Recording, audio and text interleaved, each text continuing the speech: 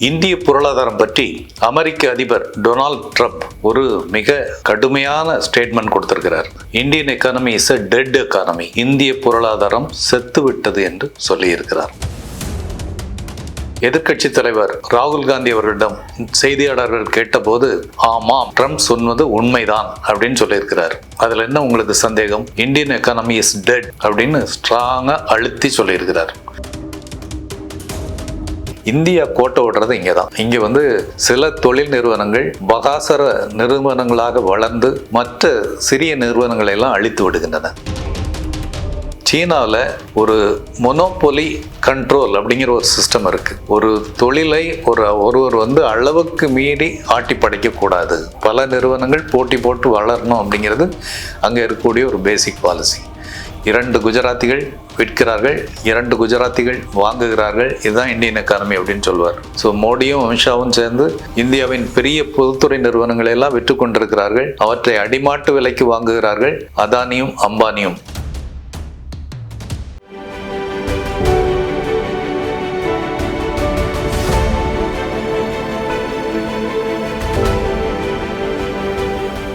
வணக்கம்.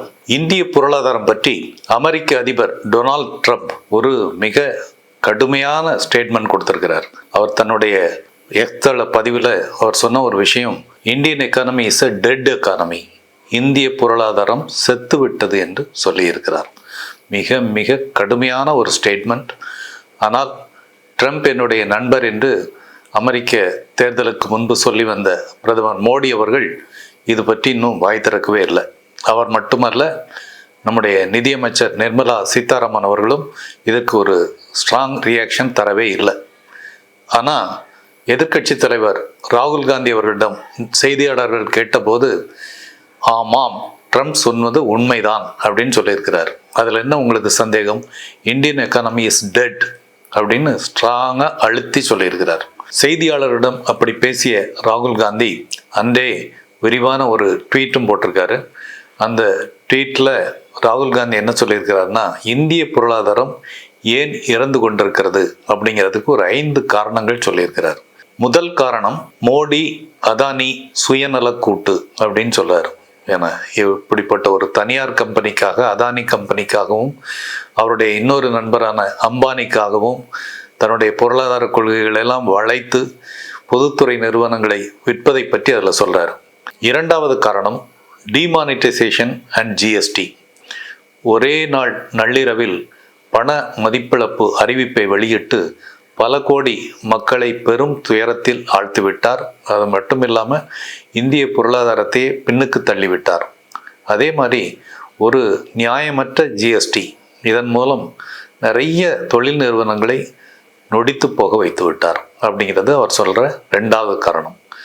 3வது காரணம், எல்லாவற்றையும் இந்தியாவிலே தயாரிப்போம் என்ற ஒரு அறிவிப்பை மட்டும் வெளியிட்டு விட்டு அதில் அந்த கொள்கையில் பெரும் தோல்வி அப்படிங்கிறது 3வது காரணமாக சொல்றார்.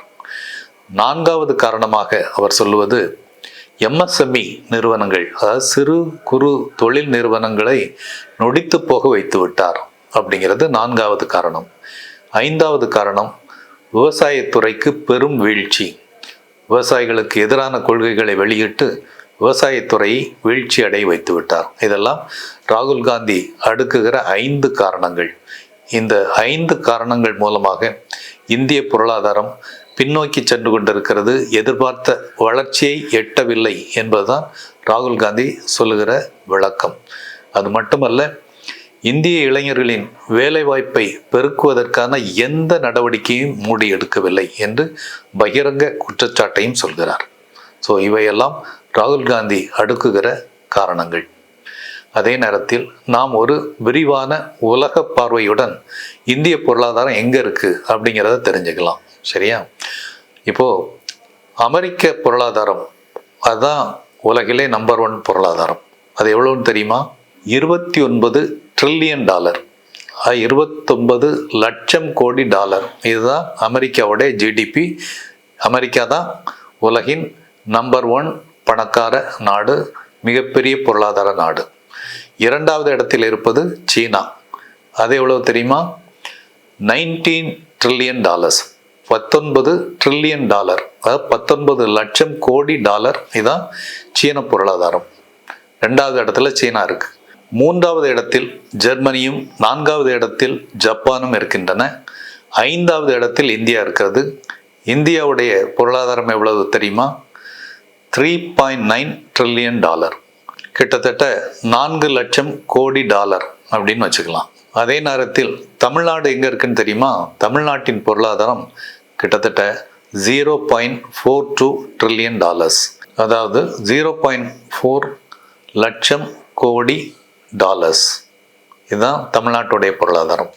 இதை 2030ஆம் ஆண்டுக்குள் 1 ட்ரில்லியன் டாலர் எக்கானமியாக மாற்றணும் அப்படிங்கிறது நம்முடைய முதல்வருடைய அறிவிப்பு. உலக நாடுகளின் பொருளாதாரம் பற்றி பார்த்தோம். இப்போ ஒரு கேள்வி.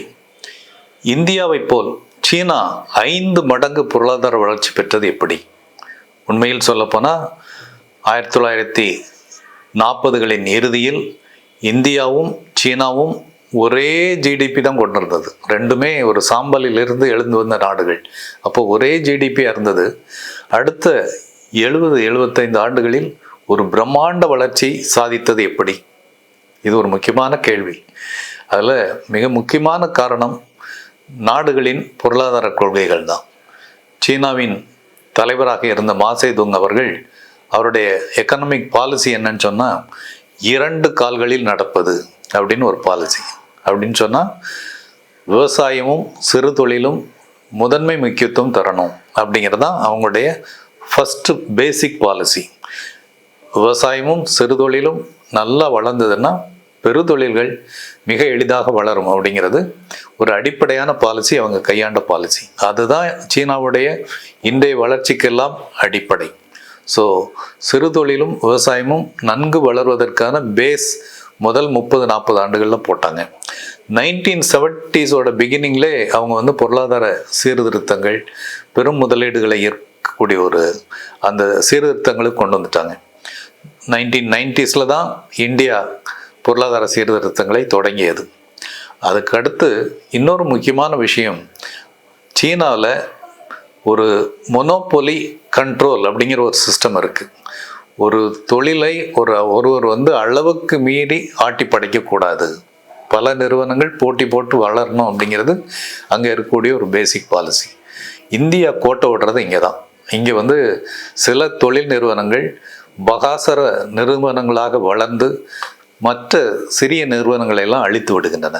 குறிப்பாக ராகுல் காந்தி அவர்கள் சொல்வார் இல்லையா, 2 குஜராத்திகள் விற்கிறார்கள், 2 குஜராத்திகள் வாங்குகிறார்கள், இதுதான் இந்தியன் எக்கானமி அப்படின்னு சொல்வார். ஸோ மோடியும் அமித்ஷாவும் சேர்ந்து இந்தியாவின் பெரிய பொதுத்துறை நிறுவனங்களை எல்லாம் விற்று கொண்டிருக்கிறார்கள், அவற்றை அடிமாட்டு விலைக்கு வாங்குகிறார்கள் அதானியும் அம்பானியும் அப்படிங்கிறது ராகுல் காந்தி சொன்ன ஒரு ஸ்டேட்மெண்ட். அந்த அளவுக்கு அதானி அம்பானி குரூப்ஸ் மிதமிஞ்சிய வளர்ச்சி கொண்டிருக்கிறார்கள். இந்தியாவின் பொதுத்துறை வங்கிகளை எல்லாம் மிரட்டி அவர்களுக்கு அதிக வங்கி கடன் கொடுப்பது, பல 1000 கோடி பல லட்சம் கோடி கடன் தள்ளுபடி கொடுப்பது. கடந்த சில ஆண்டுகளில் மோடிஜியோட ஆட்சியில் 16 லட்சம் கோடி ரூபாய் 100 தொழிலதிபர்களுக்கு கடன் தள்ளுபடி செய்யப்பட்டிருக்குது. இதெல்லாம் பொதுமக்களுடைய பணம். இந்த மாதிரி சில பெரிய நிறுவனங்களை மட்டும் பகாசுர நிறுவனங்களாக வளர்ப்பதற்கு மோடிஜியோடைய ஆட்சியில் உள்ள பொருளாதார கொள்கைகள் வழிவகுக்கின்றன. இதுதான் மிக அடிப்படையான விஷயம். இதன் காரணமாகவே சிறு தொழில்கள் வளர முடிவதில்லை, வேலைவாய்ப்பு பெருகுவதில்லை. ஸோ இந்த அடிப்படை சிக்கல் தான் இந்தியாவுக்கும் சீனாவுக்கும் உள்ள வித்தியாசம். சீனா இன்னும் தன்னுடைய பொருளாதார கொள்கைகளில் தெளிவாக இருப்பதால் ஒன்று விவசாயம் சிறு தொழிலை வளர்த்தார்கள், பெருநிறுவனங்களை பெருந்தொழில்களை வளர்ப்பதிலும் கூட ஒரு கண்ட்ரோல் வச்சிருக்கிறாங்க. இங்கே அப்படி இல்லை. இதிலெல்லாம் அடிப்படையான மாற்றங்கள் வந்தால் மட்டுமே இந்திய பொருளாதாரம் மீண்டு எழுந்து வர முடியும். ட்ரம்ப் சொன்னார் இல்லையா, இந்தியன் எக்கானமி இஸ் டெட் அப்படிங்கிற ஒரு கடுமையான ஸ்டேட்மெண்ட். அதை பொய்யாக்கி மீண்டும் இந்திய பொருளாதாரம் மீண்டு எழுந்து வர வேண்டும் என்றால் இந்திய பொருளாதார கொள்கைகள் மாற்றப்பட வேண்டும். ஒரு சிலர் மட்டுமே கோடிகளை குவிக்கும் நிலை மாறி சிறு குறு தொழில்கள் வளர்வதும் விவசாயம் தலை தூங்குவதும் உறுதி செய்யப்பட வேண்டும். அடுத்து வரும் காலங்களில் இது நடக்கும் என்று நம்புவோம். நன்றி, வணக்கம்.